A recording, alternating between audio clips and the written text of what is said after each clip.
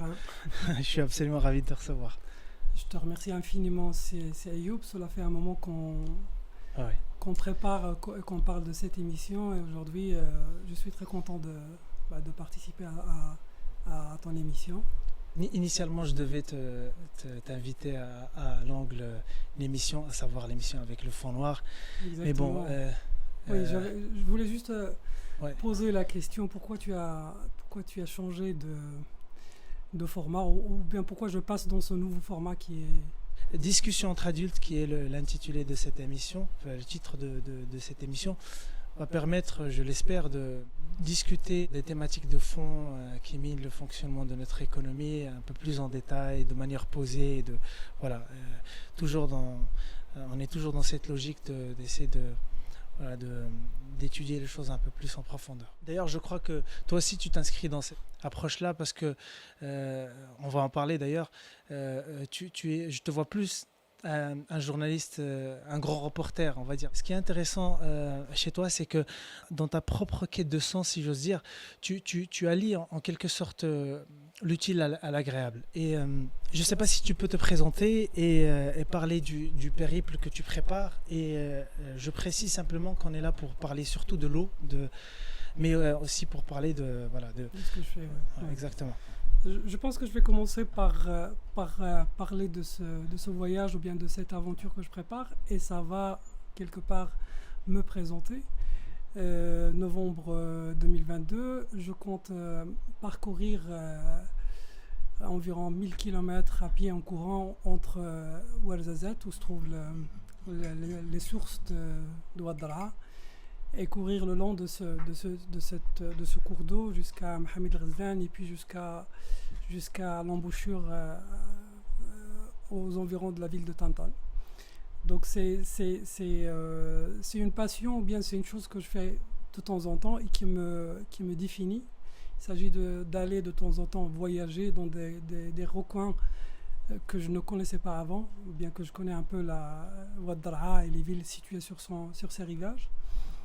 Et donc aller à la découverte de ces régions-là pour me surpasser parce que je vais le faire à pied, aussi pour découvrir d'une autre manière cette région qui est située je pense qu'elle est située dans la région de Al-Atafilalt. Et puis pour mettre la lumière sur un constat, sur un problème que nous avons ici au Maroc actuellement et qui est très grave, qui est celui de la rareté de l'eau. Donc voilà, quelque part c'est un intérêt ou un souci où je cherche un mot qui définit exactement pourquoi j'ai choisi cette région et cette thématique-là. C'est vraiment un problème que nous aurons ici et que nous avons déjà ici au Maroc, et ça tu le sais parce que toi aussi tu travailles sur le sujet de l'eau ici à Marrakech. Et donc le but c'est ça, aller me surpasser parce que je suis une personne qui aime se surpasser, aller découvrir une région autrement parce que je la connais déjà, et troisièmement mettre la lumière sur cette problématique, cette qu'on appelle parfois la sécheresse, la rareté de l'eau et beaucoup d'autres appellations qui indiquent ce problème-là. Si je puis me permettre, je la trouve un peu simpliste ta présentation. Pourquoi ? Parce que c'est vrai que tu as traversé le Maroc en long et en large, etc. Et tu connais, tu as une idée assez aboutie sur le développement des régions et des patelins un peu partout au Maroc. Mais te présenter comme journaliste, je trouve que c'est un peu réducteur, dans le sens où si je devais te présenter, je dirais que tu es quelqu'un qui a su cultiver au fil des années un mindset, une attitude, un état d'esprit comme peu de gens l'ont fait. Et non, sérieusement. Alors il y a 2 ans, pour rentrer un peu plus dans le sujet, il y a 2 ans, tu as fait. Alors, tu t'es lancé dans ta propre aventure. Tu as appelé ça Casa to Ish. Ça se prononce comment ? Ish. Très bien, c'est ça. D'accord. En fait, c'est une aventure. Tu as traversé donc le Maroc de Casablanca jusqu'au point le plus extrême à l'est du Maroc. Ish, c'est un village, c'est ça ? Ish, c'est un petit village de 35 familles, 35 maisons, si je peux le dire comme ça. Sa spécificité géographique, c'est qu'il est situé, comme tu as dit, sur le point le plus extrême à l'est. Il a une spécificité historique qui commence très très très longtemps, et je peux en parler durant des heures et des heures. Mais parlons un peu de l'histoire récente. C'est un qasr qui a tenu à rester dans le Maroc et à ne pas être annexé par la France quand la France occupait l'Algérie. Et c'est sa spécificité. Ils ont tenu à ce qu'il reste marocain. Et justement, il y a une anecdote très importante de cette histoire-là qui concerne une forme de résistance. C'est que le Qaïd al-Hurma, qui s'appelle le Qaïd al-Hurma, qui était Qaïd de Qasr Aïch, et dont je connais les petits-fils, il a été assassiné, il a été empoisonné par la France lors d'une visite à Ain Sefra en Algérie, parce que justement, il a refusé que son village, que le Qasr bien sûr c'est un village fortifié, il a refusé que le Qasr soit annexé à l'Algérie. Et il a été assassiné, empoisonné pour cette raison-là. Maintenant, il y a eu historiquement, je l'ai choisi pour cette spécificité, et géographiquement pour ce que j'ai dit, et parce que quand on met le nom de Casablanca, qui est la capitale économique du Maroc, et la plus grande ville du Maroc, la plus développée, avec un Qasr qui est méconnu, inconnu et méconnu, et quand on met les deux agglomérations, entre guillemets, l'une face à l'autre, on a déjà érigé un paradoxe. Pour moi, le Qasr Aïch représente un peu ce Maroc qui est oublié. Casablanca, elle est connue. Et donc, je voulais mettre la lumière sur la différence entre les agglomérations, les villes qui s'agrandissent de plus en plus, et les régions qui sont méconnues, qu'on a tendance à négliger politiquement, économiquement, et ainsi de suite. Et ça a une explication, bien sûr. Cette négligence, entre guillemets, ça a une explication, parce qu'il s'agit de régions très dépeuplées, et donc ce sont des régions qui n'ont pas régions dans le sens de zones qui n'ont pas beaucoup de poids lorsqu'il s'agit par exemple d'élections, de politique ou de quoi que ce soit. Et donc de Casa à Aïch, c'est combien de kilomètres? Ce que j'ai couru moi, c'est 906 km en août 2019. Donc je précise bien août 2019 parce que c'est une période de grande chaleur. Bien sûr. Quoi d'autre? J'avais tracé dans un premier temps... Et donc tu décides de parcourir le trajet en courant? En courant parce que j'ai toujours fait de la course à pied. D'accord. Aussi, parallèlement, j'ai toujours voyagé à vélo. Et donc j'avais pensé à combiner un petit peu ces deux manières de voyager et d'explorer le Maroc. Et de faire un voyage à vélo, plutôt un voyage à pied, avec une petite poussette où j'ai pu prendre toutes mes affaires et mon matériel, ouais. Et voilà. Et tu dormais où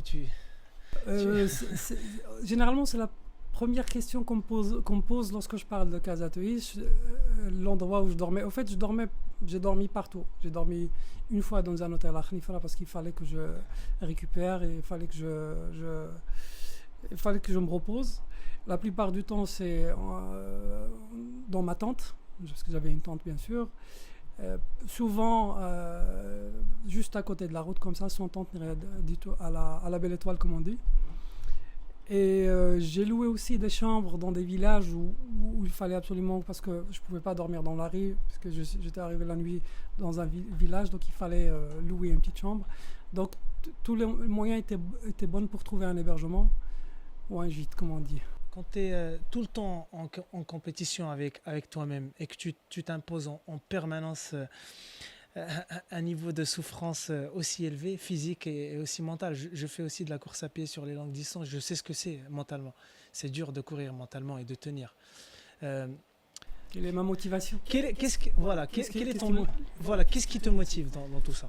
En fait, il y a plusieurs explications, plusieurs réponses. La première, c'est que lorsqu'on prépare un voyage comme cela, c'est pas comme le voyage à vélo. Le voyage à vélo, on n'a pas besoin d'être prêt physiquement, c'est-à-dire faire quelques sorties. Après, à partir du moment où on a le matériel, on a le vélo, tout ça, on peut partir et prendre le temps pour donner le temps au corps de s'acclimater, de s'adapter avec l'effort. La course à pied, on ne peut pas partir dans un voyage à pied, en courant, si on n'est pas prêt. Donc, ça permet d'un côté d'avoir un objectif qui fixe une échéance dans le temps, c'est-à-dire, par exemple, là, depuis décembre, je sais que j'ai une échéance qui est novembre 2022, à laquelle je dois être prêt physiquement et psychiquement, mentalement aussi. Ça permet de se surpasser et surtout pour la motivation, ce genre de voyage, on découvre énormément de choses dans un espace très très très réduit. De Casablanca à Aqsaraïch, j'ai fait 22 jours de course dans une seule journée de repos. Et donc chaque jour était plein de découvertes, d'efforts, de nouvelles anecdotes, parfois de dangers, surtout de rencontres. Parce que ça, moi, les rencontres que je fais normalement dans les coins un peu perdus sont toujours très riches, très pleines d'enseignements. On ne peut pas le faire durant dans notre vie normale, où nous vivons dans des villes qui sont un peu congestionnées, où il y a beaucoup de monde. C'est pas le cas lorsqu'on part dans un coin reculé et reculé, les deux. Où c'est vraiment très très facile d'aborder les gens, de les rencontrer, parce qu'il n'y a pas ce sentiment de promiscuité qu'on trouve ici chez nous dans les grandes villes, que ce soit ici à Marrakech même, qui était à la base une ville très aérée et qui ne l'est plus, ou à Casablanca, où tu vivais toi il y a quelques temps, où je vis toujours, à Rabat. Et d'ailleurs, en parlant, tu as cité tout à l'heure le développement régional, c'est ça? Territorial ou régional? Je ne sais plus quel terme tu as utilisé. Et nos villes, par l'effet de ce développement, cette évolution territoriale, se sont condensées. Et le Maroc, bien sûr, s'urbanise, c'est pas un scoop, c'est pas une chose nouvelle que nous découvrons. Et nos villes sont de plus en plus grandes. Et ça a un impact sur la vie des êtres humains, ça a un impact sur les relations sociales, les relations même les relations conjugales ou maritales, on peut dire ça. Donc c'est beaucoup de choses, beaucoup de choses, si je peux dire, croustillantes, qui donnent à la vie un certain du sel, un certain charme que nous ne trouvons pas ici dans la vie des grandes villes. Voilà. Urbaine, oui. Il y a sans doute une pléthore d'enseignements à tirer de tous ces périples-là. Et je ne sais pas si tu as déjà lu un papier scientifique publié par un chercheur de l'université de Brigham Young, c'est une université privée en Utah. Et c'est un chercheur qui a découvert que courir 30 à 40 minutes chaque jour, pour une moyenne de 5 jours par semaine, peut réduire le vieillissement cellulaire devine de combien d'années? Je ne sais pas. 9 ans. C'est bien ça. Il y a certainement un tas de trucs à tirer de tous ces périples. Mais si on reste sur Casa-Touish, qu'est-ce que ça t'a appris? Ça m'a appris des choses que j'ignorais sur moi-même. En commençant par le fait, je savais qu'on pouvait se surpasser physiquement et mentalement et tout ça. Mais pas à ce point. Pourquoi? Premièrement, parce que c'était tellement dur. Tu courais combien de kilomètres par jour? Entre 22 et 60. Et j'ai aussi marché un peu moins que le quart de la distance finale, parce que vu que c'était un congé annuel, donc il fallait absolument que j'arrive avant la fin du congé. Mais j'ai couru presque un marathon par jour en poussant en poussant la poussette, quoi. Elle s'appelle Tizi, d'ailleurs, la poussette, je l'ai appelée Tizi. Il y a une histoire derrière cette poussette Tizi, parce que je n'avais pas trouvé un chariot ou une poussette pour adapter à ce genre de périple. Donc j'ai demandé à un ami en Belgique, pour faire court, mes amis connaissent très bien cette histoire, de me chercher une poussette d'occasion. Et puisque je n'étais pas sponsorisé, donc il fallait qu'il trouve quelque chose sur Internet. Et lorsqu'il a expliqué le projet à une dame qui voulait vendre une dame d'ailleurs que je salue, je ne sais pas si elle va écouter cette émission, Béatrice de Smet, lorsqu'elle a entendu elle a su que le projet que le projet est un peu à caractère social ou humanitaire, il nous a offert la poussette. Et cette poussette, elle servait à pousser sa fille, qui vient de réaliser un tour du monde en avion, 18 ans. Donc ça veut dire qu'elle a acheté un avion en solo, un petit avion, j'ai oublié le nom de la marque, parce qu'un petit avion avec lequel on peut faire un tour du monde. Elle s'appelle Zara ou Zora, je ne sais plus, Zara. Donc lorsque j'ai écrit, parce que j'ai écrit un carnet de voyage, comme tu le sais, un carnet de voyage après. À ton retour, donc tu écris un carnet de voyage. Oui, durant le confinement. Ouais. Et je lui ai envoyé 2 copies pour elle et pour sa fille, où et donc il y a une amitié qui est née à partir de cette histoire-là. Donc lorsque je l'ai eu, je l'ai appelé Tizi, parce que Tizi c'est col. Parce que col, ça signifie le col. On a beaucoup de Tizi ici au Maroc. Tizine Test, Tizine Tishka les plus connus. Mais on a aussi Tizine Tlromt, par où je suis passé, qui est en 1907 entre Midelt et Riche. Et donc je l'ai appelé parce que j'aime beaucoup l'école, et parce qu'ils sont difficiles à franchir, et parce qu'on transpire beaucoup lorsqu'on passe l'école. Il y a généralement des paysages éblouissants lorsqu'on traverse un col ici au Maroc, dans le Haut-Atlas, on dit pas le petit atlas, plutôt l'anti-atlas, ou le moyen atlas, ou le Rif, et ainsi de suite. Et donc, 2 années auparavant, tu as fait tu t'es engagé dans un autre périple un peu fou. Tu as traversé l'Algérie et la Tunisie en vélo, c'est ça? Un peu fou, oui, un peu fou, parce que... C'était en quelle année déjà? C'était en octobre 2017. Je n'oublie jamais ces dates. Pourquoi? Parce que déjà je vis des choses extraordinaires lors de ces déplacements. Deuxièmement, parce que c'est des congés annuels, et quand j'étais salarié, c'était parfois difficile d'obtenir un congé. C'était en octobre. Je suis parti de Casablanca jusqu'en Tunisie avec mon vélo. Et puis j'ai traversé la Tunisie, j'ai fait à peu près 1300-1400 km en Tunisie, et je suis entré en Algérie à partir de cette frontière de l'Est. Et j'avais eu l'idée d'acheter mon billet de retour. C'est ce qui fait qu'on m'a laissé entrer, parce que je connais plusieurs personnes qui ont été refoulées aux frontières algériennes, c'est-à-dire tuniso-algériennes. Ouais. Et la frontière s'appelle Bouchoubka, c'est le nom de 2 petites bourgades des 2 côtés des frontières. Et puis de là, j'ai fait toute l'Algérie, le nord de l'Algérie.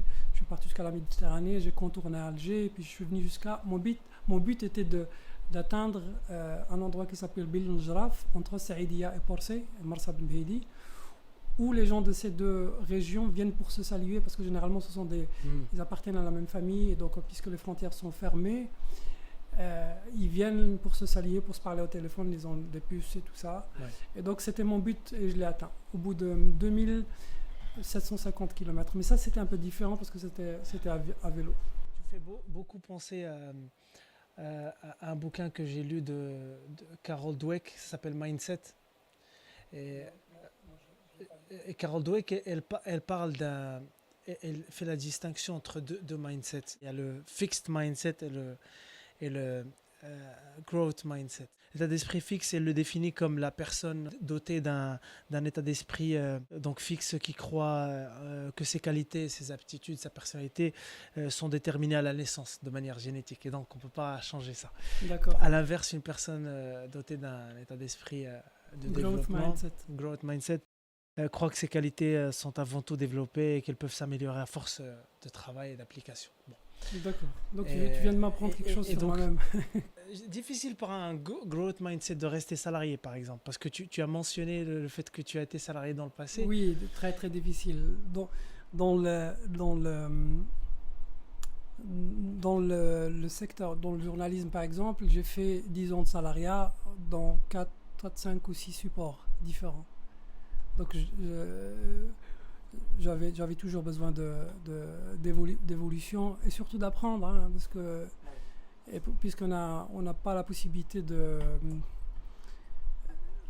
puisque les conditions, comme tu le sais bien sûr, les conditions de travail du journalisme, on n'a pas la possibilité d'apprendre. Mais moi, ça, c'est quelque chose qui me tient à cœur. Donc si je fais ce métier, et si j'ai fait ce métier, et je le fais maintenant sous une forme un peu différente, un peu improvisée, Donc c'est pour apprendre, parce qu'il y a énormément de choses à apprendre. Ça me permet personnellement et humblement de me sentir un peu motivé, de me sentir à l'aise. Je n'aime pas la stagnation. C'est pourquoi peut-être j'ai choisi cette manière de voyager, c'est-à-dire cheminer d'un point A à un point B, évoluer, apprendre. Et je pense que les deux, le travail et plutôt le voyage ou cette manière de voyager sont très très liés. Il y a un parallèle à réaliser entre les deux. Et c'est vrai que c'est difficile de rester, pour un journaliste qui a envie d'évoluer, d'apprendre, c'est difficile de rester dans le salariat. Ouais. C'est très très difficile. Donc c'est pour ça que j'ai délicat. choisi depuis combien de mois? Depuis octobre 2021 de devenir journaliste indépendant. Je ne sais pas si ça veut dire quelque chose au Maroc. Mais j'ai choisi D'ailleurs, d'abord, j'ai commencé par publier à compte d'auteur mon carnet de voyage qui s'appelle Le Marchand d'épices.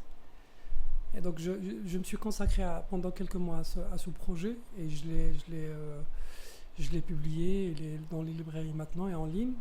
Par la suite, j'ai commencé à continuer à faire le travail en voyageant. Donc, je suis parti à plusieurs régions du Maroc pour travailler sur cette question de l'eau. En préparant l'émission, tu m'as dit qu'on allait en parler. Mais j'ai voyagé d'une autre manière. C'est-à-dire, je ne suis pas parti à pied, mais je suis parti en transport public pour aller faire constater l'ampleur des dégâts, l'ampleur des effets de la sécheresse et de la rareté d'eau dans certaines régions, notamment Daraa, justement, là où je vais courir. Tafilalt, où j'ai passé en mai 2 semaines. Et puis dernièrement, Figuigui et Bouarfa pour visiter le campement des nomades et plutôt pour visiter la ville de Figuig, qui est d'ailleurs une ville que j'aime beaucoup. Depuis que je l'ai visitée à vélo aussi en 2015 pour la première fois. Et je suis tombé amoureux de cette ville et j'ai eu la chance d'avoir beaucoup d'amis sur place et beaucoup de Figuigui, ce qu'on appelle les Fouaguig expatriés, que ce soit à Rabat ou Casa ou à l'étranger. J'ai eu la chance de me lier en amitié avec ces gens-là et je pars dès que j'ai la possibilité d'y partir. J'y étais en novembre 2021, c'est-à-dire il y a 7-8 mois, et je suis parti récemment, il n'y a même pas 3 semaines. Et donc, tu es parti pour préparer le périple, ou c'était quoi l'idée? Pourquoi tu t'intéresses à cette question au stress hydrique et au contexte actuel? Parce que c'est un sujet qui est très important. Tu sais, quand on travaille en tant que journaliste, on n'a pas toujours et n'a pas souvent la possibilité de travailler sur des sujets importants. Et quand j'étais salarié, j'avais pas la possibilité de partir faire des reportages. Et puisque cette question, la région, je suis passionné par ces régions oisiennes où où on trouve des choses vraiment très très originales et tout ça. Et donc d'un côté, et d'un autre côté, c'est là où l'ampleur de la sécheresse est très très évidente, très apparente. Donc puisque, comme je t'ai dit, j'avais pas la possibilité de travailler dans le terrain, donc j'ai préféré m'y rendre pour voir un peu, faire des reportages. Et j'ai fait, pour Daraa, j'ai fait 6 reportages. Tafilalt, c'était un peu plus 7 en 2 semaines à peu près. Donc je suis parti pour travailler et puis pour constater, pour voir, pour découvrir aussi. En ce moment, on n'a vraiment pas l'impression qu'on vit qu'on traverse un épisode un peu de stress hydrique aigu, parce que vu la situation dans laquelle on se retrouve aujourd'hui, quand on compare, je ne sais plus qui m'a dit, quand je lui ai parlé de le pourcentage des taux de remplissage des barrages, il m'a dit mais pourquoi il n'y a pas une mobilisation de la part de l'État pour, je veux dire, niveau médiatique, pour essayer de... Tu te rappelles du tapage médiatique lors de la Covid, avec tout ce qui a été... Oui. Quand on se rappelle tous de ces images, de ces patients dans des blocs opératoires. Moi aussi, c'est une chose que je ne comprends pas. Je n'ai pas compris lorsque dernièrement, je ne sais plus quel ministère, je pense que c'est le ministère de l'eau, qui a sorti une statistique concernant le niveau de remplissage et qui a dit qu'on est à 30%. Peut-être parce que dans la partie nord du royaume, les barrages ne sont pas aussi atteints que par exemple celui de... Comment s'appelle déjà le barrage d'Agadir, le Massira, ou les barrages qui sont dans la région, celui de l'Attaque Coast, peut-être, mais 30% c'est déjà Et ça, tu le sais parce que je sais que tu as travaillé sur cette question. C'est déjà très grave. Pourquoi? Parce qu'il y a à peu près 14%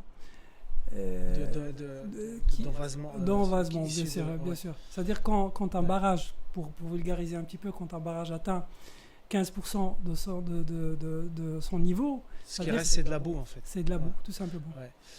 Lorsque j'étais à Figuig, on m'a parlé du barrage Fessof qui a été réalisé en 2014-2015 et qui a été réalisé justement pour contribuer à irriguer l'oasis de Figuig et puis les extensions nouvelles. Il est maintenant, on ne peut plus utiliser l'eau justement à cause de l'envasement. Et puisque déjà il n'a pas une grande capacité de retenue ou de stockage, il est à 20 millions de mètres cubes, comparé par exemple à Al-Hassan Dakhil de Rachidia qui a 312. Marrakech est alimenté à 70% de barrage al-Massira en ce moment. Oui, 70% de barrage al-Massira. Donc Massira, il alimente Casa, Stade, Rachid, Marrakech et Azmour, il me semble. Oui, c'est ce que tu m'avais dit, Azmour aussi. Ouais. Donc il a atteint combien? Il a atteint un niveau de combien? C'est vrai que 5% de 3 milliards, ça reste quand même beaucoup. Je vérifie juste c'est une capacité de 3 milliards, c'est ça? Le Lata Krkous, par exemple, c'est une capacité de. Alors je vérifie tout de suite. Le Lata Krkous, c'est une capacité de. Je pense pas qu'il doit dépasser les 200. De 53 millions. 53 millions de mètres. Parce qu'il est petit. Les barrages, par exemple, dans une région comme Figuig, il y a 2 barrages. Il y a Rkiza, qui n'est pas connecté à Figuig d'après mes informations. Et l'autre, d'ailleurs, il est de 26 millions, ce qui est rien dit, 26 millions de mètres cubes. Lequel? Rkiza. C'est un barrage nouveau. Ce sont des barrages qui sont des petits barrages qui ressemblent à des barrages collinaires, hein, mais qui ont permis à un moment donné de contribuer à irriguer les oasis et les nouvelles plantations. Mais ce sont des barrages qui sont pas d'une grande capacité de retenue ou de stockage. Hein. Donc ça, c'est... Maintenant, cette question de barrage de Massira, pourquoi tu as soulevé cette... Parce que Barrage Massira, c'est l'un des plus grands barrages au Maroc, c'est Oued Omar Bey, et donc parce que Marrakech a un besoin de, alors je vérifie juste les chiffres rapidement, 85 pour ne pas dire de conneries. 85 millions par an. Ça fait 7 à 8 millions de mètres cubes par mois. Oui, à peu près. Donc, quand tu te mets à solliciter, quand différentes villes sollicitent Barrage de Massira, s'il n'y a pas de pluie qui tombe d'ici la fin de l'année ou d'ici janvier ou février prochain, c'est sûr qu'on va être dans une configuration, on aura des coupures, etc. C'est inéluctable. C'est inéluctable. Dans certaines villes, comme Zagora et comme Rachidia. Je te dirai pourquoi j'ai cité le nom de Zagora. Et Rachidia, il y a déjà, quand j'étais à Rachidia en mai, il y avait déjà une coupure chaque jour. Et durant une longue période de la journée. Plutôt une longue... durant plusieurs heures. Et ce sont généralement des villes... Zagora, il y a eu des problèmes, il y a eu beaucoup de problèmes, beaucoup de manifestations de la population qui ont manifesté leur mécontentement parce qu'il y avait beaucoup de coupures. À côté il y a juste à une quinzaine de kilomètres... C'est des coupures durant la journée? Durant la journée, et ça dure très longtemps, ça dure pendant des mois. Et pourquoi j'ai dit Zagora? Parce que Zagora, on sait tous qu'à une quinzaine de kilomètres, il y a une zone qui s'appelle Feija. Elle est connue pour ses plantations de pastèques. Pastèque, je ne sais pas si ce terme de aquavore, il existe en français parce que je l'ai vu. Et c'est connu pour être une culture très très aquavore. On parle de 4000, pardon. On en parlait la dernière fois avec le professeur Tahar Sareri. Oui, exactement. Il m'a appris beaucoup de choses, le professeur Tahar Sareri, parce qu'il travaille sur les oasis et les écosystèmes oasiens. Et donc on est maintenant à 4000 hectares. Je pense qu'en 2020, on était à 4000 hectares de pastèques. Et c'est une culture qui consomme énormément d'eau dans une région qui manque d'eau potable. Et lorsque j'avais lu en préparant un article que j'ai écrit sur le Vecha. Je me suis rendu là-bas. C'est vraiment affreux ce que je vois, ce que j'ai vu plutôt. Et lorsque on a voulu construire, plutôt creuser comment on appelle ça, des forages pour un peu alimenter la ville de Zagora en eau potable, les agriculteurs qui sont des investisseurs, hein, parce que c'est un profil très particulier, les investisseurs qu'on voit là, dans ces zones où il y a de nouvelles plantations et qui sont très particuliers dans quel sens? C'est des investisseurs qui sont là pour le gain. Ils sont, bien sûr, tout le monde est là pour le gain. Exact.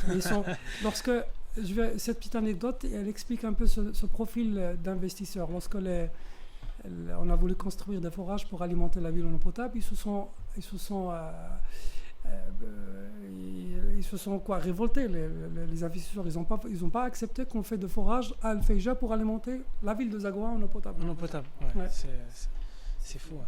Et ça rejoint un peu. Enfin, j'ai assisté il y a quelques mois, je crois que c'était courant mai, à une conférence s'appelait la COALMA. La COALMA, c'est une alliance qui regroupe un ensemble d'acteurs sur les questions de l'eau, etc. Bon, je résume un peu le concept.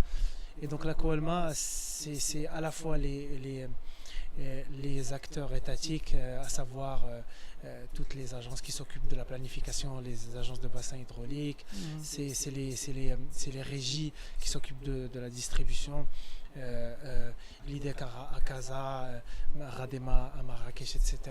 Et donc tu as aussi les producteurs, Launay, Branchot, etc. Quand tu assistes aux différentes thématiques, tu as vraiment l'impression qu'il n'y a pas une vraie prise de conscience sur ce qui se passe sur le terrain.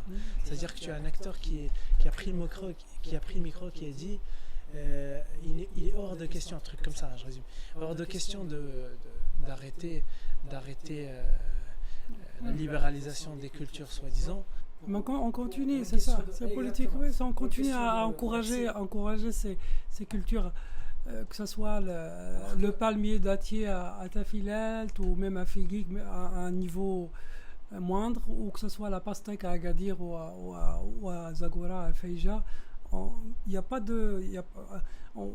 mis à part ce qu'on dit, les déclarations et tout ça politique, il n'y a pas de volonté jusqu'à présent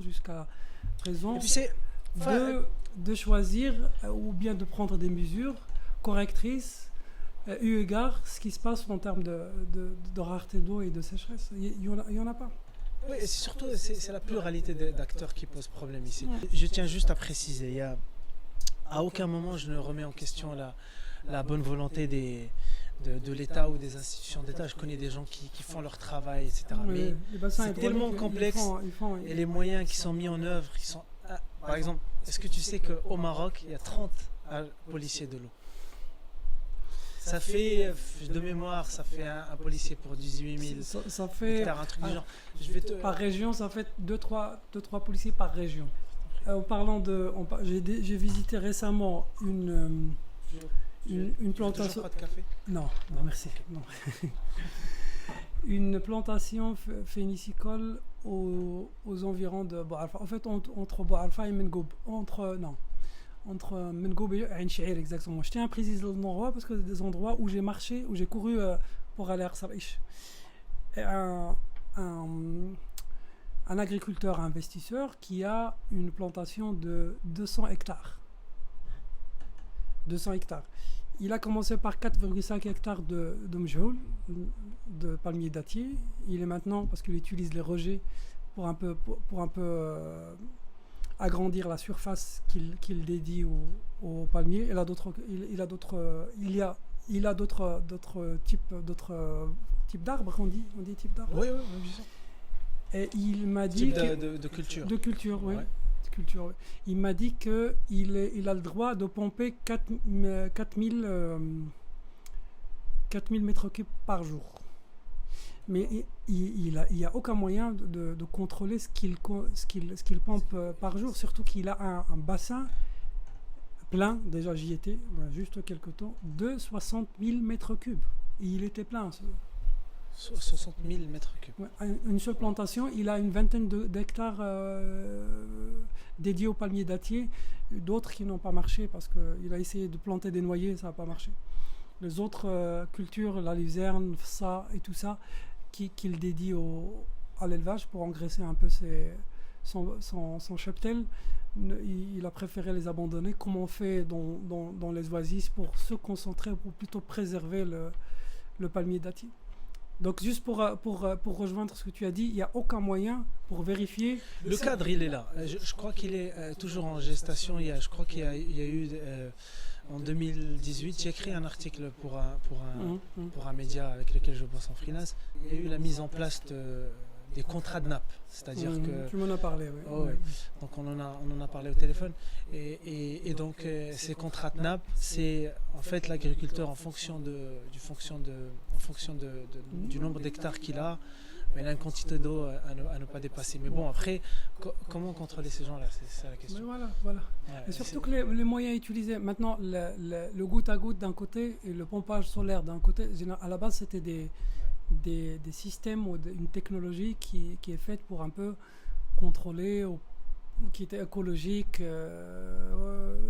et faite pour une utilisation rationnelle. Mais dans la pratique, et ça c'est une idée du professeur Srairi, par exemple, les gens ils continuent à pomper de l'eau à partir du moment où le soleil se lève jusqu'au coucher de soleil. Certains même, d'après ce qu'il a dit, utilisent le gasoil pour continuer à pomper. Le soir. Le soir, et certes. Donc, je ne sais pas si ça sera possible de contrôler un peu ce qu'on pompe, parce que je ne pense pas que les agriculteurs d'eux-mêmes vont arrêter de pomper au moment où ils ont atteint ce qu'ils ont droit de pomper. Je ne pense pas, parce que connaissons pour parler, pour ne pas sembler de mauvaise foi, connaissant les agriculteurs et leurs contraintes, je pense qu'ils vont continuer à pomper jusqu'au coucher de soleil. Ouais. Et puis surtout, il y a aussi, il faut préciser qu'il y a deux, soi-disant, grilles de lecture. C'est-à-dire que tu as le court terme et tu as aussi le long terme. Sur le court terme, on doit apprendre à gérer l'existant et gérer surtout tout ce qui est eau superficielle, tout ce qui tombe du ciel. Mais sur le long terme, il faut absolument qu'on apprenne à gérer aussi tout ce qui est stock stratégique et donc toutes les eaux souterraines. Et là, on est à la fois en train de... Enfin, tout est relatif, tout le temps. Mais vu la situation actuelle, sur le court terme, on peut toujours trouver des solutions. D'ailleurs, on a trouvé... je ne sais pas si tu... Avec Adiz Kaftaheri que j'ai reçu il y a un peu plus d'un an, on a parlé de la situation de Souss-Massa. Souss-Massa, j'ai même des images satellites qui montrent qu'entre 2016... Je pense qu'ils ont atteint la piézométrie, on appelle ça la piézométrie, a atteint plus de 300 mètres. 300 mètres, ça fait très longtemps qu'elle a atteint. Mais on continue, le problème c'est qu'on continue à investir. On va finir par la sécher.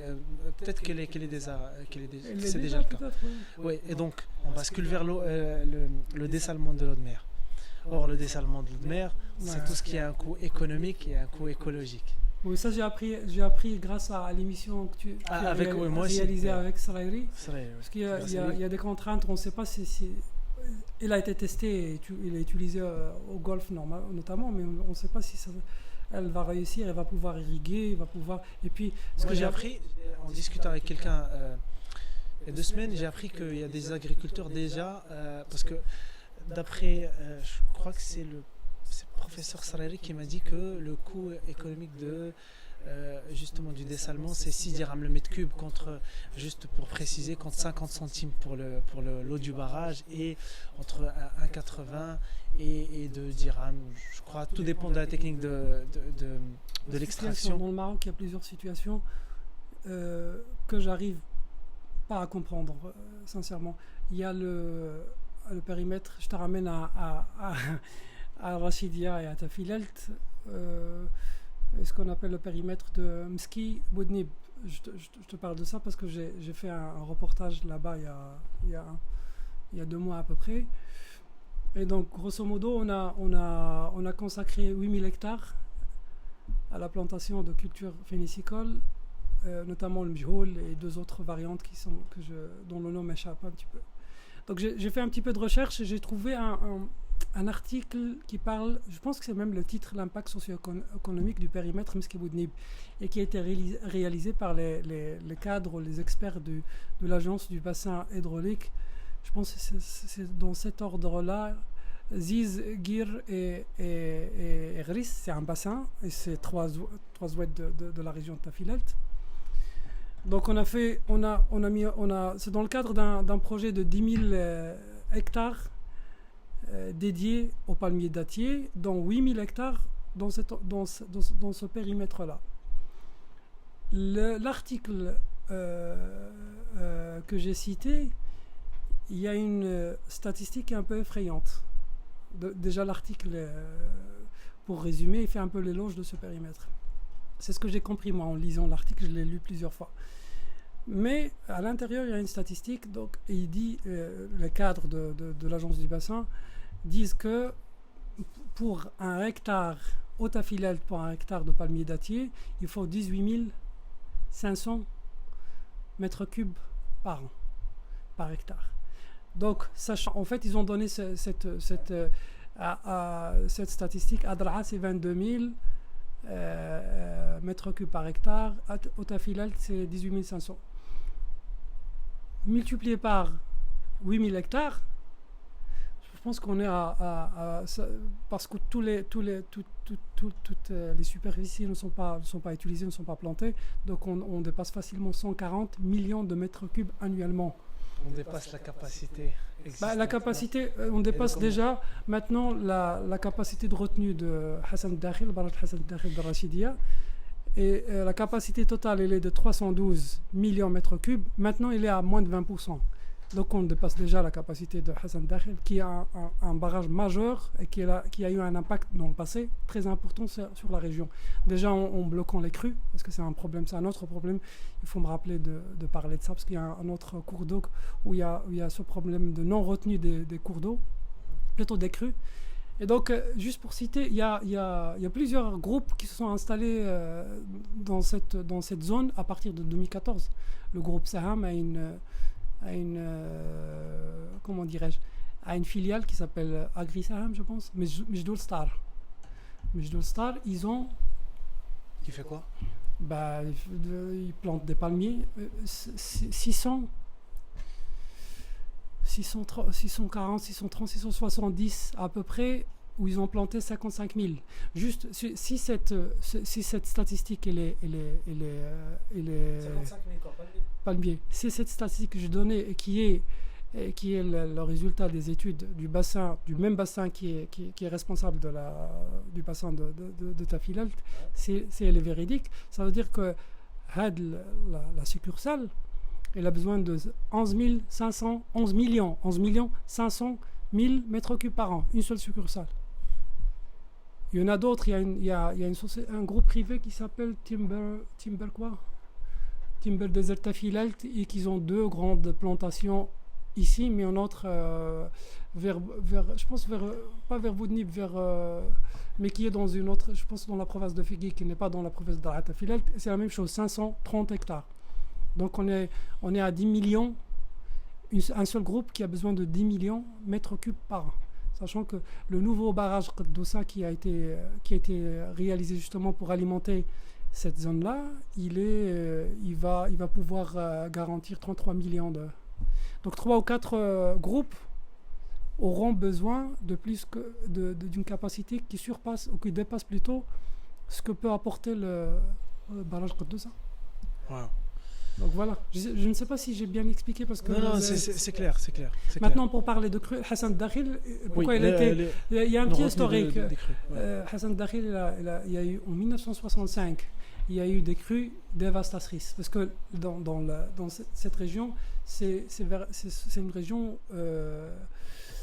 qui se trouve au pied de Haut-Atlas oriental, et les crues sont dévastatrices. Tous les oueds, l'écoulement, on dit l'écoulement, c'est ça?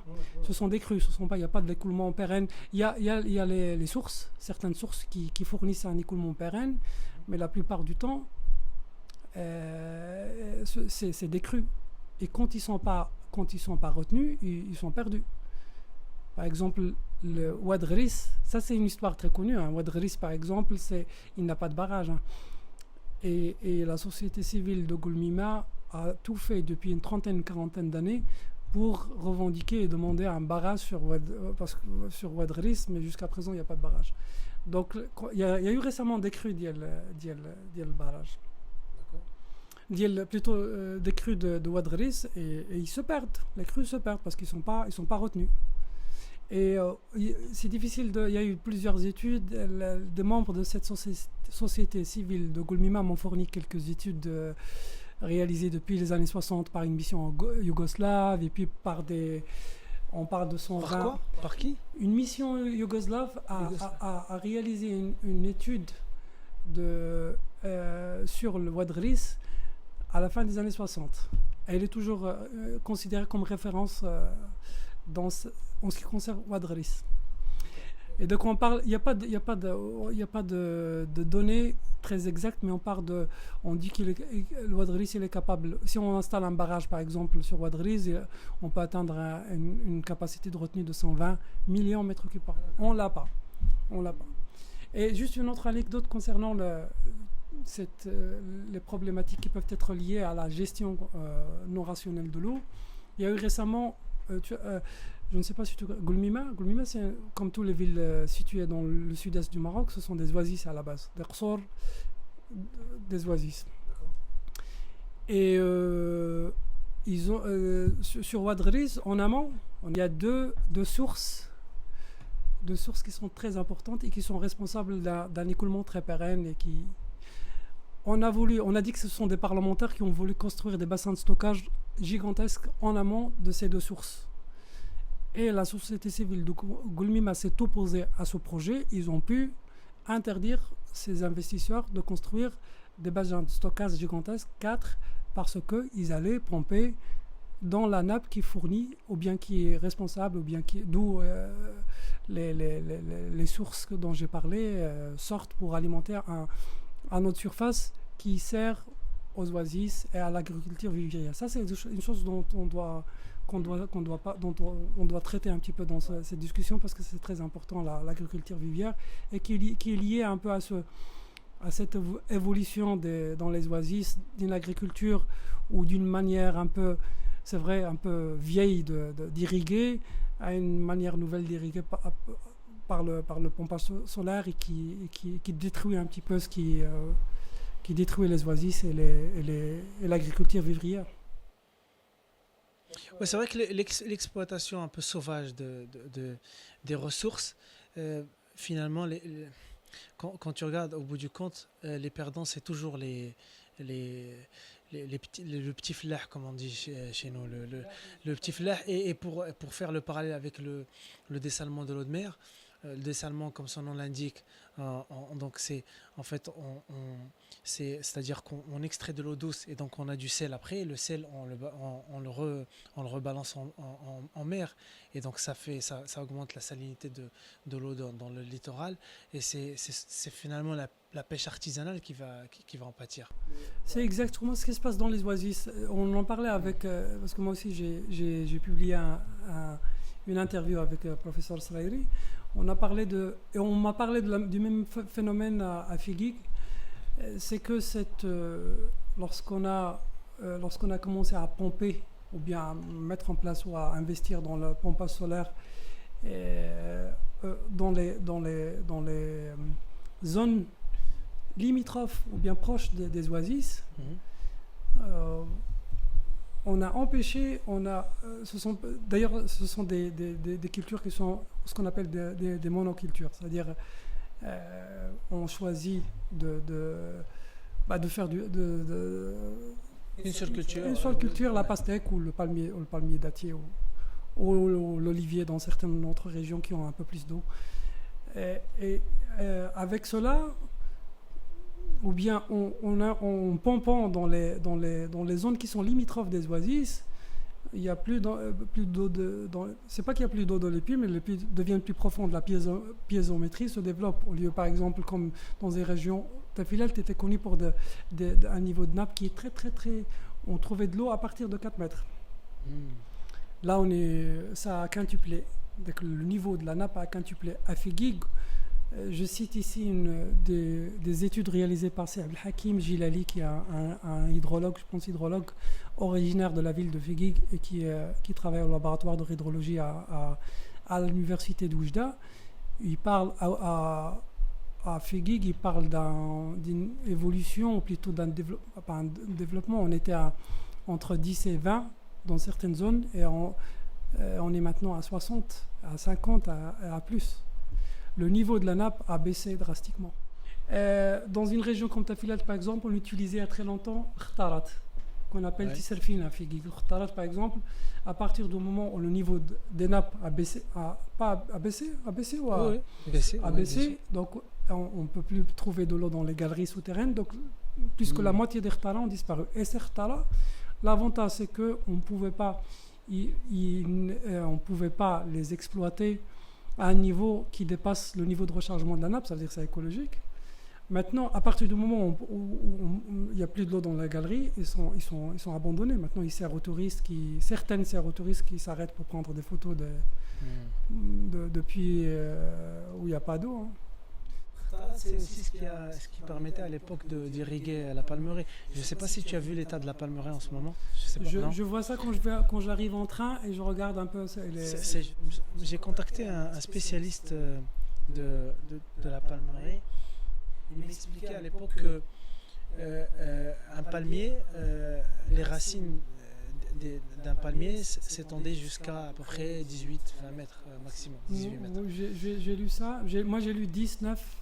Justement, moi de mémoire, je me souviens 18. On va vérifier de toute façon, je vais mettre ça en montage. Mais ce que je sais, c'est que les racines permettaient de subvenir jusqu'à 50% des besoins en eau de chaque palmier. Donc le système racinaire des palmiers, ça je l'ai lu dans plusieurs études, il est très, très efficace. Très efficace parce qu'il permet, aux palmiers de se nourrir, quoi, d'être abreuvé. Je suis en train de chercher une séquence que je vais te montrer. Là, des palmiers actuellement, regarde l'état dans lequel ils se retrouvent là actuellement. Mais la palmeraie, c'est plus la palmeraie. Déjà les quartiers qu'on a construits. Oh oui, c'est de très belles photos. Hein. J'ai des vidéos à te donner, plutôt à te montrer sur la palmeraie à les oasis de Daraa. C'est catastrophique. J'étais chez une famille qui a, je ne sais pas, plus de 7 ou 8 jardins, ou bien, on dit jnan. Et tous ces jardins sont délaissés complètement. Et les palmiers il y en a qui sont abattus parce que c'est fini. Et le problème, c'est que dans chaque oasis, chaque qsar, tu trouves la même chose. À part ceux qui... Il y a certaines... J'étais étonné de trouver certains qsar, comme Zorgan. C'est un qsar qui se trouve pas très loin de Zagora. Mais d'après ce que j'ai compris, les gens sont... Parce qu'il y a beaucoup de gens qui s'expatrient, que ce soit à l'étranger ou entre guillemets s'expatrient dans les grandes villes du Maroc, sans sortir du pays. Mais l'agriculteur se transforme en rentier parce qu'il reçoit de l'argent pour entretenir le jardin, même s'il n'y a pas d'objectif de gain derrière, mais juste pour le fait, parce que c'est important. Lorsqu'on perd un palmier ou un jardin de palmiers dattiers, c'est difficile. Il ne sert plus à rien du tout. On ne peut plus planter ça. On ne peut plus planter de palmiers. On ne peut plus... on peut plus planter des palmiers là où on perd des palmiers. Je ne sais pas si c'est clair ou pas.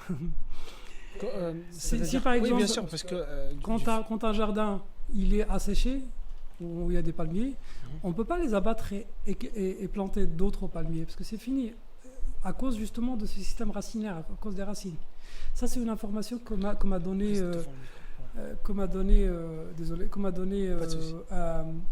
ce qu'on appelle, je t'en ai parlé brièvement, Anas Raifi. Raifi, c'est celui qui gère la distribution de l'eau brièvement ou succinctement la distribution de l'eau dans les jardins de Figuig. Il m'a dit exactement qu'à partir du moment où le palmier est mort, c'est fini. Donc on ne peut pas planter d'autres palmiers justement à cause des racines. Il y a une information très très technique que m'a donnée ce monsieur. qui s'appelle, je pense, Majid Boudi. Il y a à Figuig, il y a 5 Asraifi qui ont le droit de descendre dans une source qui s'appelle Zadert, qui est une source ancienne et sur laquelle les Qsor se sont battus très longtemps pour contrôler un peu cette source. Il m'a dit, avant, quand il y avait assez d'eau dans cette source de Zadert, on avait la possibilité d'avoir plusieurs cultures, c'est-à-dire un peu de luzerne, un peu de blé, et puis beaucoup de légumes, et des arbres fruitiers, et le palmier dattier.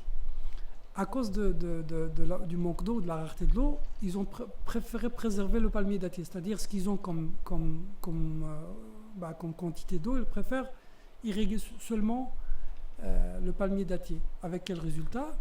C'est que ça rend un équilibre entre ces cultures, parce que toutes ces cultures créent un microclimat. Ouais. Et puis il n'y a plus de monoculture. Maintenant, c'est de la monoculture. Quand on essaie de préserver juste le palmier, c'est de la monoculture quelque part. C'est d'ailleurs ce que faisait le Mourabitaine à l'époque ici à Marrakech. Et là, pourtant, on est en train de planter d'autres palmiers à Marrakech, à la palmerie de Marrakech. Pourtant, le niveau de nappe, c'est ce que je voulais préciser tout à l'heure, à Marrakech, il est de un peu plus de 40 mètres en ce moment. Alors qu'avant, il était accessible à partir de 8, c'est un problème 12, général. 13, ça dépend c'est un problème général au Maroc. C'est un problème général.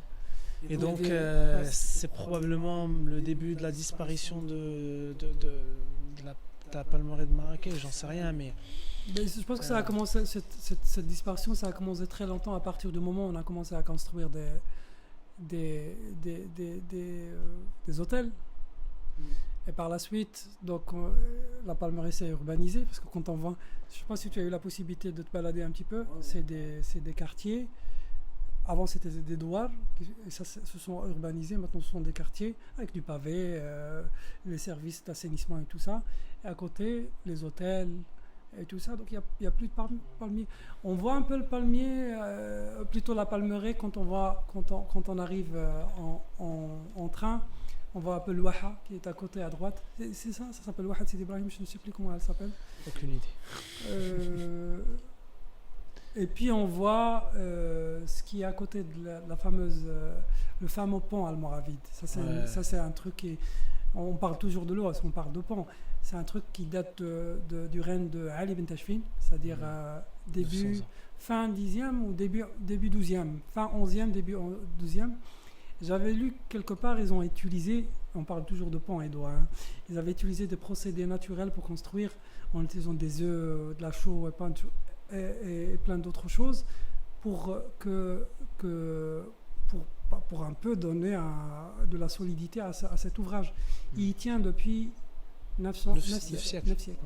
Et tu as les nouveaux ponts, on dit que maintenant on est en train de le reconstruire, les deux nouveaux ponts, on est en train de les...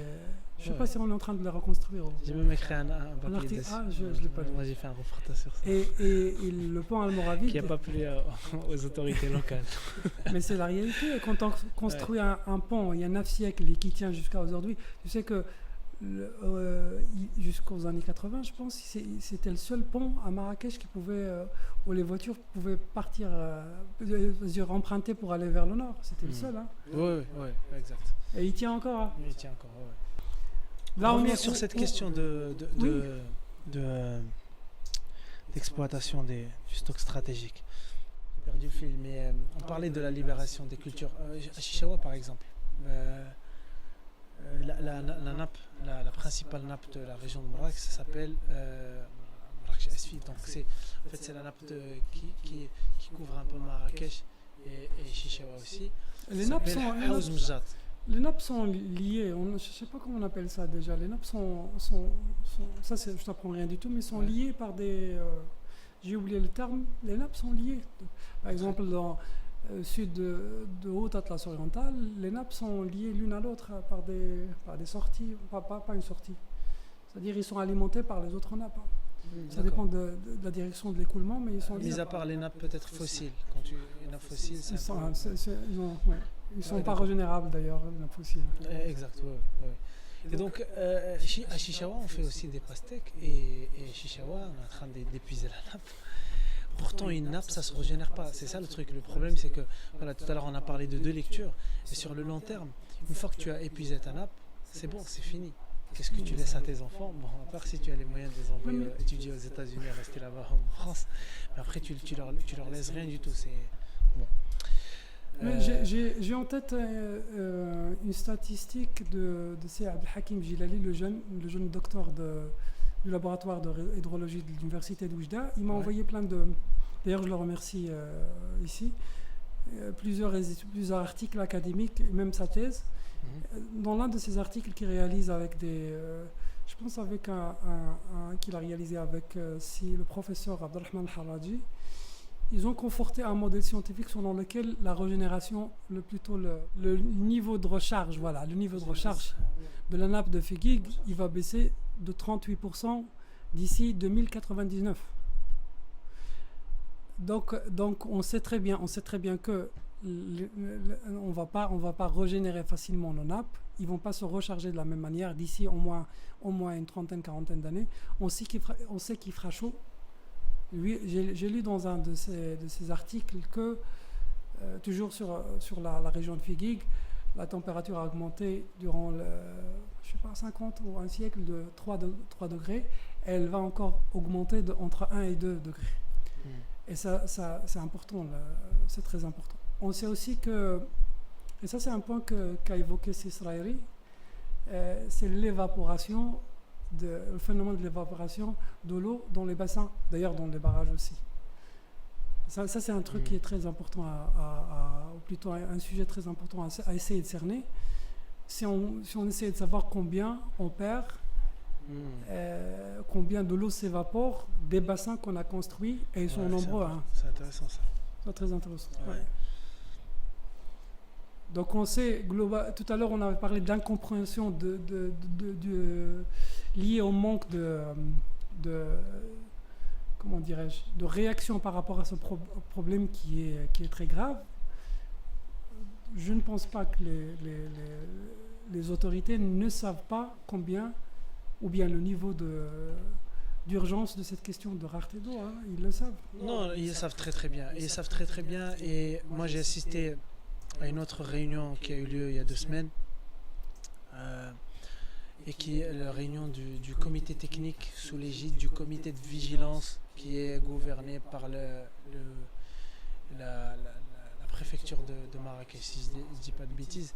Et donc ce comité technique, il comprend 3 acteurs clés de la chaîne, à savoir le planificateur, la BHT, l'agence du bassin hydraulique de Tensift, le producteur, à savoir l'ONE branche eau, et le distributeur, la régie locale, la RADEMA. D'accord. Et les 3 acteurs, je peux te dire que ils savent tout. Ils savent pertinemment bien ils que la situation elle est catastrophique. Tu sens qu'ils gardent quand même leur distance par rapport à savoir comment communiquer sur ces sujets-là, parce que ça reste très sensible comme sujet, parce que c'est vrai, ça peut affoler les acteurs économiques, en l'occurrence les hôteliers ici. Tu peux prendre un gâteau si tu veux. Oui, je le demande. Et donc, voilà, tu sens qu'on ne sait pas communiquer sur ces choses-là. En fait, on a peur de créer un mouvement de panique peut-être. Ouais, mais sur la question. En parlant de Marrakech, tout à l'heure, en préparant l'émission, je t'avais dit que plusieurs de mes idées seront le fruit de constats, de simples constats. Parfois aussi des études académiques ou de travaux réalisés par et on a beaucoup, il y a beaucoup de Marocains, je les salue d'ailleurs, qui font un excellent travail sur cette thématique. Parfois on le cite parce qu'on a besoin de références, bien sûr, on a besoin de chiffres, on a besoin de statistiques pour un peu corroborer ce qu'on dit, mais il y a plusieurs idées qui viennent du simple constat. À Marrakech, la qualité de l'eau de robinet maintenant, elle est mauvaise. Ça a toujours été, moi je me délectais de boire l'eau de robinet à Marrakech, contrairement à celui de Casa qui n'est pas potable. Maintenant, mais parce que 70% de l'eau vient du barrage Messere. Ça, c'est un constat. D'autres constats, j'aime toujours te ramener au terroir. Je ne sais pas si on l'a dit ou pas en parlant de l'axe Mski-Mnoub. Mski, c'est le nom de la source bleue de Mski, une source extraordinaire qui se trouve à 20 km de Rachidia et les taris maintenant. asséché. Et j'ai lu dans une autre étude que son débit montait à 206 litres par seconde. Et il y a des 206 litres par seconde. Mais attention, il y a des sources qui ont un débit beaucoup plus important, mais qui a baissé bien sûr, sans pour autant sécher. Ain al-Serdoun qu'on connaît tous, à Bni Mellal, il y a des études qui parlent d'un débit qui montait dans les années pluvieuses et tout ça, parce qu'elle a monté par l'eau de pluie et la fonte des neiges jusqu'à 2000 litres par seconde. Wow. Je sais pas si 2000 c'est la demande. Ça couvre le Grand Marrakech. Hein. C'est une étude du bassin, je ne sais pas comment on appelle le bassin de l'agence du bassin. Ouais. Et elle a baissé bien sûr par la suite parce que ce débit-là, c'est des années où il y avait beaucoup de pluie et tout ça. Et déjà, Ain al-Serdoun, il est situé au pied du Haut Atlas, c'est-à-dire la fonte de la neige, les eaux de pluie servent à alimenter un débit aussi important. Mais maintenant, je ne pense pas qu'elle... J'ai lu aussi 600 dans une autre étude à un moment donné, je pense il y a une quinzaine d'années. Mais maintenant, je serais curieux de savoir combien la source parce que c'est une source mythique, la source de Ain al-Serdoun, combien le débit est actuellement. Il y a beaucoup de sources qui sont... à Figuig, par exemple, je reviens toujours à Figuig, il y a plusieurs sources qui ont tari complètement. La source principale de Tzadert, ça je l'ai dit avant, avait un débit de 80 litres par seconde. Maintenant, elle est à 18. C'est-à-dire qu'elle a perdu 3/4 du débit. Il y a d'autres débits, d'autres sources qui ont... à cause de quoi à cause de... Parce qu'elle... Non, pas de l'exploitation, parce que la sécheresse, et parce qu'aussi on pompe de l'eau à côté aussi. L'oasis de Figuig, il a une superficie de 650 hectares. Avec les extensions, on arrive maintenant à 1800. Même la zone Al-Arja, qui a fait la une des journaux l'année dernière, après l'expulsion, plutôt l'évacuation des agriculteurs marocains de l'autre rive algérienne. Ouais. Donc, juste pour revenir à mon idée, qui est celle du constat. Donc on ne peut pas comprendre pourquoi les autorités qui ont les moyens scientifiques et techniques pour voir combien la situation de l'eau est urgente, mais juste à l'œil nu, on constate que plusieurs sources ont déjà séché. Je ne sais pas si on va continuer à planter de la pastèque. Il n'y a pas que la pastèque, il y a pastèque, pistache, kiwi, tout ça, les trucs qu'on trouve maintenant dans le souk marocain qui sont devenus un must alors qu'avant on les avait pas. Et puis le palmier dattier, le mjhol et tout ça, ça aussi, d'un côté, parce que le ministère, les bilans du plan Maroc vert, on parlait de 3 millions d'arbres plantés. C'est un chiffre qui est important, il est beau comme ça, mais à quel prix? Tu sais que j'ai appris que dans le plan Maroc vert, quand donc la feuille de route 2008-2018 a été mise en place, on n'a pas consulté les responsables du secteur de l'eau. Je ne comprends pas pourquoi bon, peut-être qu'il y a des choses qui ne dépassent, mais pourquoi dans une stratégie il n'y a pas d'action, je l'ai dit tout à l'heure, action correctrice ou de changement de cap, ou je ne sais pas. Un bilan d'étape. Le bilan d'étape, moi j'ai... Bilan d'étape, c'est la presse qui le fait de temps à autre. Mais bon, après, sur la base des communiqués, etc. Il y a eu des déclarations, tout ça, mais ce sont des chiffres. On a atteint, par exemple, la pastèque, on a atteint telle et telle superficie. Le palmier daté, on a planté telle et telle. Mais est-ce qu'on a... À quel prix? Mais à quel prix? À quel prix? Est-ce qu'on a calculé le niveau de nappe entre 2010, c'est ça, 2009, 2010 et maintenant. Et est-ce qu'on a calculé la part de responsabilité de ce choix qui est pompé à outrance dans l'assèchement des nappes? Bon. Donc on sait. La réalité, c'est que des choix ont été opérés et c'est difficile aujourd'hui de faire machine arrière. Oui, mais au moins arrêter. C'est vrai qu'on est rentré on peut dire qu'on est dans la gestion des risques, mais bon, Je ne sais pas, peut-être qu'il y a des choses qui nous dépassent, mais au moins, par exemple, diminuer certaines cultures qui ne sont pas. Est-ce que la pastèque, elle est essentielle, essentielle ou est-ce qu'elle est stratégique? Est-ce que le kiwi est stratégique? Je sais pas, on peut diminuer un peu cette pression qu'on exerce nous-mêmes, vu eu égard à la situation actuelle des nappes et, et de la pluviométrie, on peut diminuer un peu ou bien reporter un petit peu les échéances de ces plans-là, je ne sais pas. Ouais. C'est vrai qu'il faut, au-delà de la prise de conscience, il faut peut-être revoir le régime économique, parce que c'est le régime économique, en l'occurrence le capitalisme et la course effrénée au profit qui fait que voilà, il n'y a pas de la raqib wa la hasib, tu vois, il n'y a pas de reddition des comptes. Il n'y a pas de Et reddition donc voilà. de comptes et ça les gens à qui les gens qui sont impactés négativement par ces choix n'ont personne n'ont pas de moyens pour s'exprimer, pour dire. On constate nous que par exemple dans ces régions-là il y a moins de monde. Par exemple, j'aime beaucoup citer le nom d'Oqsar que j'ai visité parce qu'il y a des gens qui m'ont donné des informations simples mais qui sont importantes.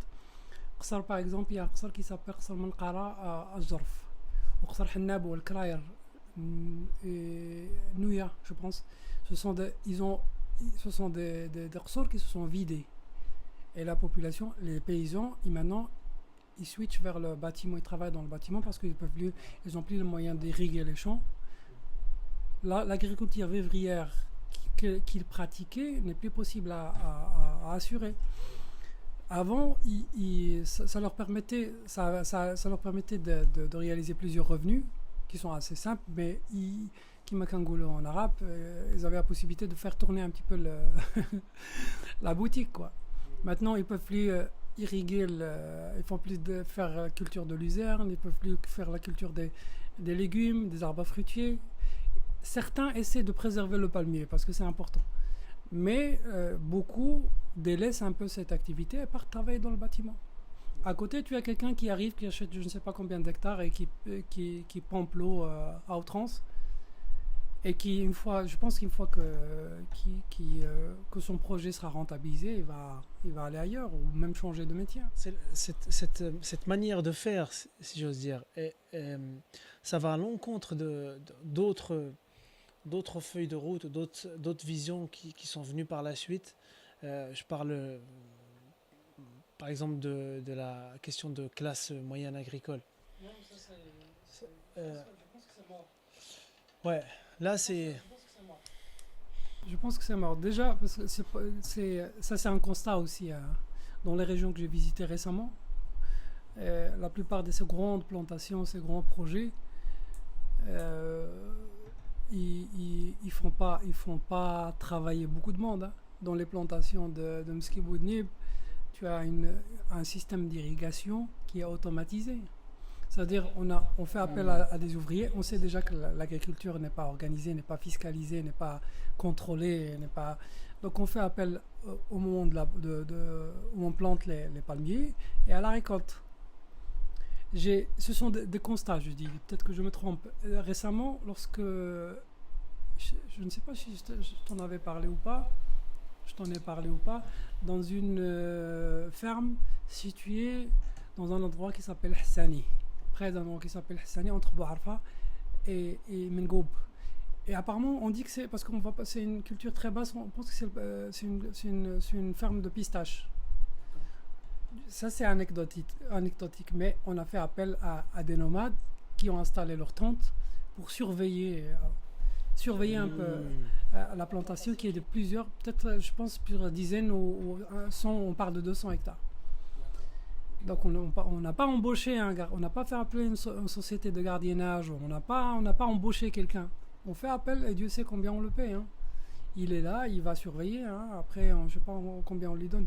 Donc en termes de création d'emplois, c'est une question que je pose. Est-ce que ces choix-là ont permis d'employer ou de développer l'emploi en agriculture?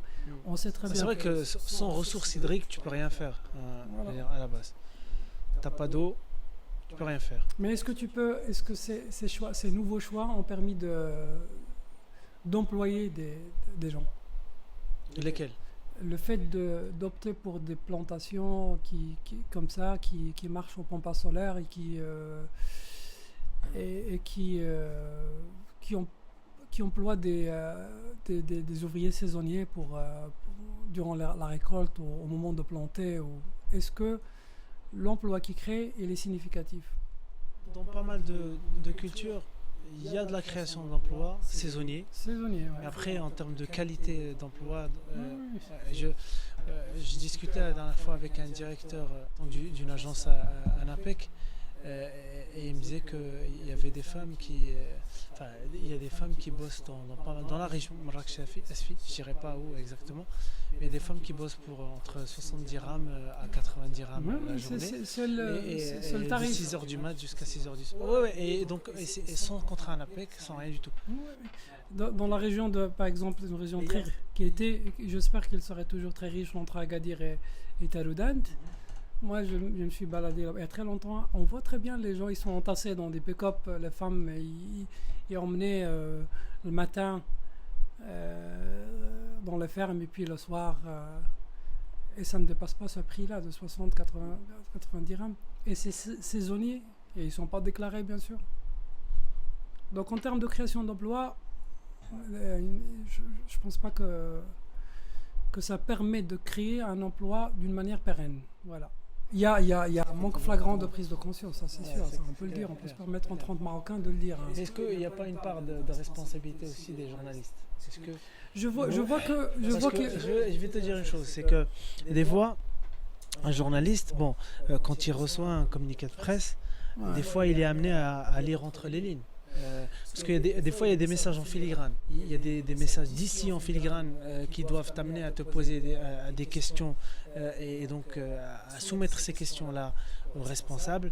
Il y a quelqu'un qui m'a dit, c'est une idée très simple et que nous partageons tous.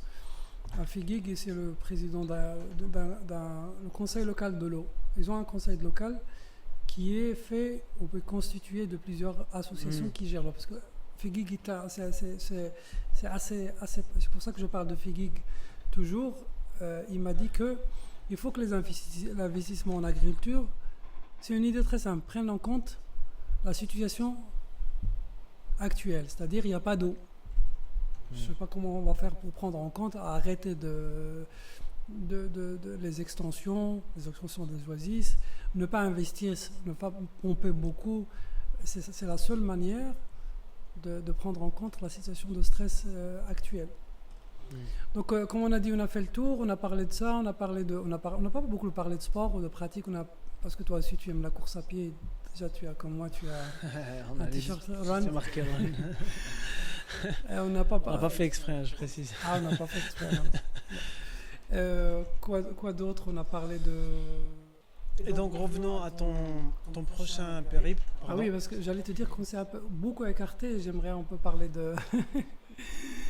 Pour ne pas alourdir un petit peu le... Non, pas du tout, c'est intéressant, c'est très stimulant comme discussion. Le prochain voyage, donc qu'est-ce que tu veux savoir sur le prochain voyage? Qu'est-ce que je ferai? La région? Donc, comme je t'ai dit, ça sera une course sans assistance, avec encore une fois une poussette, le long de Ouad Dar'a, c'est-à-dire à partir de Ouad Dar'a, on peut dire qu'il commence au barrage de Monsor Dabi, celui de Ouardadat. Encore une fois un barrage, et puis il repart, il descend jusqu'à Mohamed Ghazlan, il passe par Agdez et par l'Aqsour, jusqu'à Zagora et au-delà et puis on arrive à ce qu'on appelle le coude de Dar'a et il tourne un petit peu et il forme plus ou moins celui qui a dicté la frontière avec l'Algérie. Et donc il va, mais il est sec. Maintenant, il y a eu un lâcher dernièrement, donc il va jusqu'à Foumelouad près de Tantan. Et donc la course sera sur les routes goudronnées avec une partie qui va se faire sur une piste entre Mohamed Ghazlan et Foumsgate. Et donc ça sera une course en totale autonomie, sans assistance, Je ne sais pas, je ne me suis pas fixé un objectif en termes de performance, c'est-à-dire je vais essayer de le faire. Je pense celui de Saraish, je l'ai fait en 22 jours, mais je vais essayer de le faire la même chose, c'est-à-dire environ un marathon par jour. Au plus si j'arrive, parce qu'il fera moins chaud en novembre. Par jour, c'est fou ça. Ce qui est difficile, je te l'ai dit ce matin, ce qui est difficile, c'est que, parce qu'on n'est pas de surhomme, on s'entraîne, il faut être prêt, ça c'est vrai, mais dans une aventure comme ça, c'est la succession de l'effort physique fourni chaque jour qui donne au corps la possibilité de devenir fort, de résister à cet effort même. C'est-à-dire au bout de 4-5 jours, c'est bon, on n'a plus mal, on récupère très vite, mais il faut, mais ça on parle sport à partir de mon expérience, parce que j'essaie de ne pas trop m'informer sur la pratique du sport. Ce que j'apprends essentiellement à partir de la pratique du sport et pas à partir de ce que je lis. Donc, qu'est-ce que j'allais dire? Donc c'est un marathon par jour. Un marathon par jour, la succession d'une certaine quantité d'efforts fournis par jour permet au fort de se renforcer, et les conditions qui sont difficiles, parce que là, il n'y a pas de confort, on dort dans les tentes, on dort là, parfois on mange pas bien, on récupère pas bien. C'est ces éléments-là qui permettent au corps de devenir fort et de fonctionner avec moins de sommeil, moins de nourriture. Surtout quand tu es alerte, c'est-à-dire que tu es dans un territoire hostile, tu n'as pas tes repères, et donc tu es tout le temps alerte. C'est vrai c'est pas confortable du tout. C'est pas confortable du tout. C'est ce qui fait qu'on devient plus performant, parce que quand on s'entraîne ici, ça m'arrive de m'entraîner jusqu'à 6-7 jours d'affilée. Parfois avec 2 séances par jour, c'est-à-dire une séance de préparation physique et une séance de course. Mais on est toujours dans le mode sédentaire, le mode confort, le mode... mais ce n'est pas le cas quand on voyage de cette manière. Parfois, on n'arrive pas à trouver de l'eau, de la nourriture. Le repos, on n'arrive pas à récupérer, on n'arrive pas à dormir un certain nombre de sommeils dans des conditions qui sont optimales. Ce qui fait que ces conditions-là, ces difficultés, c'est ce qui fait que le corps s'habitue. Au bout de 4-5 jours, c'est bon, on est parti pour... le corps, c'est ce que je t'ai dit tout à l'heure, le corps, il est surprenant. Et sa capacité de surpasser en termes de ce qu'il a besoin en termes de récupération, de sommeil, de nourriture, d'eau même, elle est surprenante. Il faut juste ne pas se fixer de limites, soit même dire qu'on ne peut pas courir tant et tant, qu'on peut pas... je connais quelqu'un, un Allemand, que je connais sur Facebook, il court entre 60 et 80. Il a une manière de courir, il ne s'arrête pas. Moi, je prends des pauses. Lui, il s'arrête, il court toute la journée. Et parfois, il court 80 km par jour. Donc, il a plus mal. Oui. Mais il n'a pas commencé comme ça. Hein. Il n'a pas commencé comme ça. Ça vient de manière graduelle. Et il entretient très bien son corps. Et puis, ça, c'est un aboutissement, 80 km par jour. Il a commencé peut-être avec une manière de courir assez simple. Avec quelques kilomètres courus, et ça s'est développé, le corps se renforce aussi, parce qu'il faut avoir un corps équilibré en termes de... il faut qu'il y ait un équilibre entre les différentes parties du corps, entre le bas du corps, entre les muscles qui sont cachés, qui tiennent le pelvis, qui sont liés à la squelette. Il faut avoir aussi un bon mental. C'est surtout le mental qui est tout à l'heure, tu m'as dit que tu allais poser une question sur cette question de... C'est ça, de mindset, oui, de parce mental. Que la course à pied, c'est un mental game, comme on dit. Exactement. Un jeu, surtout, il faut tenir, parce que tu as ton cerveau tout le temps qui te dit... arrête. Ouais. Tu fais ça. Et puis, il y a comment dirais-je, à l'ennui, parfois on s'ennuie, parfois on se pose ce genre de questions, pourquoi on fait ça. Tu écoutes de la musique toi quand tu cours? Non, je me parle à moi-même. Tu triches pas, donc moi je triche. Non, moi je me parle à moi-même durant le... À partir de quel moment? Dès le début? Oui, dès le début, parce que déjà dès le début on n'est pas encore chaud. Ouais. Au début c'est difficile. Dur, c'est difficile pour démarrer. On arrive à un moment où on est chaud, donc ça devient facile. On arrive à un moment où on commence à être fatigué, donc ça devient difficile. Et lorsque j'étais en route vers Saraish, je me rappelle d'une situation, ou plutôt d'une journée où j'ai pas pu courir parce que j'ai pas bien dormi, j'ai pas bien mangé, mais je suis arrivé à un endroit entre Beni Tedjid, connu pour l'exploitation de quoi? L'exploitation du plan, il y a très longtemps. En fait, il y avait une entreprise coloniale qui exploitait le plan là-bas. Et Bou'nan. Il y avait un no man's land de 35 km et je l'ai parcouru. Parmi les règles que je m'étais posées avant de partir, il fallait jamais courir entre 10h, 11h et 5h, 6h. Parce que la température atteint facilement 48, 49. Et ce jour-là, je pense que c'était 50 degrés à l'ombre. Et je me suis mis dans une situation où je devais avancer. Je ne pouvais pas m'arrêter parce qu'il n'y avait nulle part où se cacher du soleil. Et je devais marcher. Et j'ai marché. Et il y avait un moment où je commençais à divaguer. Parce que je prenais des vidéos. Et lorsque comment dirais-je, revisualiser les images, je disais n'importe quoi. Il fallait avancer. Tu hallucinais, Je pense que j'ai halluciné, mais c'était un peu contrôlé, mais j'ai halluciné. Hein.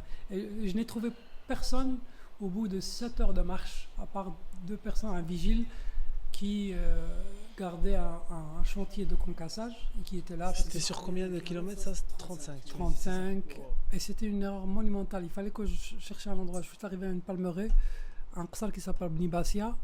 Il fallait se reposer parce que je n'avais pas dormi la veille. J'ai dormi à la Belle Étoile, il faisait chaud, j'ai pas dormi. Il fallait. Mais moi, je me suis dit, je vais avancer et trouver un endroit à l'ombre où me reposer. Mais il y avait nulle part.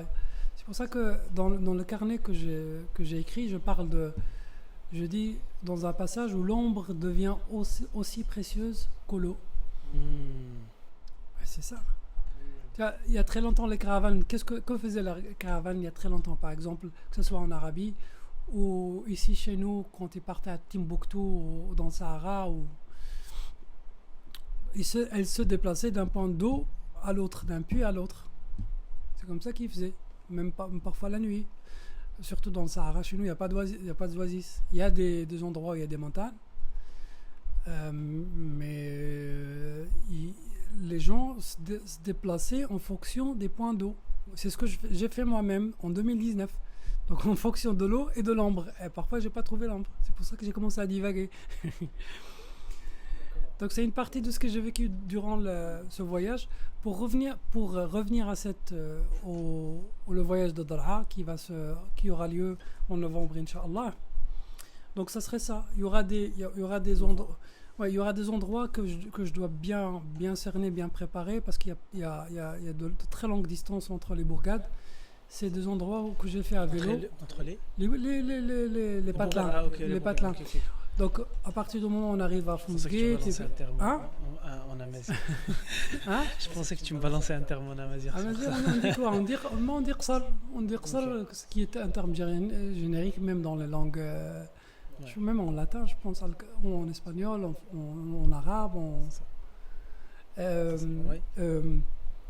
donc il y a une zone, à partir, je pense, au-delà de Tata et de Tissent, il y a des zones où je dois très bien cerner parce qu'il y a de longues distances entre les patelins. Et il y a un endroit où il n'y a pas de... Au mois de novembre, il ne fait pas très chaud. C'est un avantage, il ne fait pas très chaud, mais pour la nourriture, l'eau, surtout, il faut... Donc ça, c'est une région que je vais organiser au fur et à mesure, donc arriver à un endroit, se renseigner, et je vais faire en sorte de prendre plus d'eau avec moi, plus de litres d'eau avec moi. Le problème en 2019, c'était en été, l'eau chauffée. Donc à partir du moment où il chauffe, on ne peut plus le boire. Je vais me rincer de l'eau avec, mais j'avais besoin d'eau. Et l'eau des puits aux environs de Bar al-Faq, elle est splendide, hein. Elle est froide, elle est splendide. Voilà. Qu'est-ce que tu veux savoir encore sur le prochain voyage? Je crois qu'on a fait le tour. Très bien. On a fait le tour. Hein. Je voulais te féliciter, et ça c'est sincèrement... merci beaucoup, cher. Te féliciter pour les efforts que tu as fournis pour faire cette émission. Ça c'est quelque chose de très sincère. Merci beaucoup. Et d'essayer de sortir un petit peu de cette... justement de cette manière de faire chez nous journalistes, de faire ce qu'on nous demande sans pouvoir innover, sans pouvoir dédier, parce que tu dédies beaucoup de temps à cette émission et j'ai beaucoup aimé plusieurs émissions que Merci beaucoup, j'ai Hicham. écoutées, que j'ai regardées. Je te félicite et je te souhaite plein de succès. Ce fut un réel plaisir. C'est J'espère très- que l'émission profitera aux gens qui ne trouveront pas ce qu'on a dit redondant ou qui vont Ouais. qui vont la trouver intéressante. Voilà. Ouais, j'espère aussi. Et puis on fera peut-être une deuxième émission un peu plus approfondie. Là, c'était juste un peu pour brosser un peu l'état des lieux, on va dire général, et pour participer, pour apporter notre part du colibri. Voilà. Voilà. Merci Hicham. Allah يحفظك. Merci.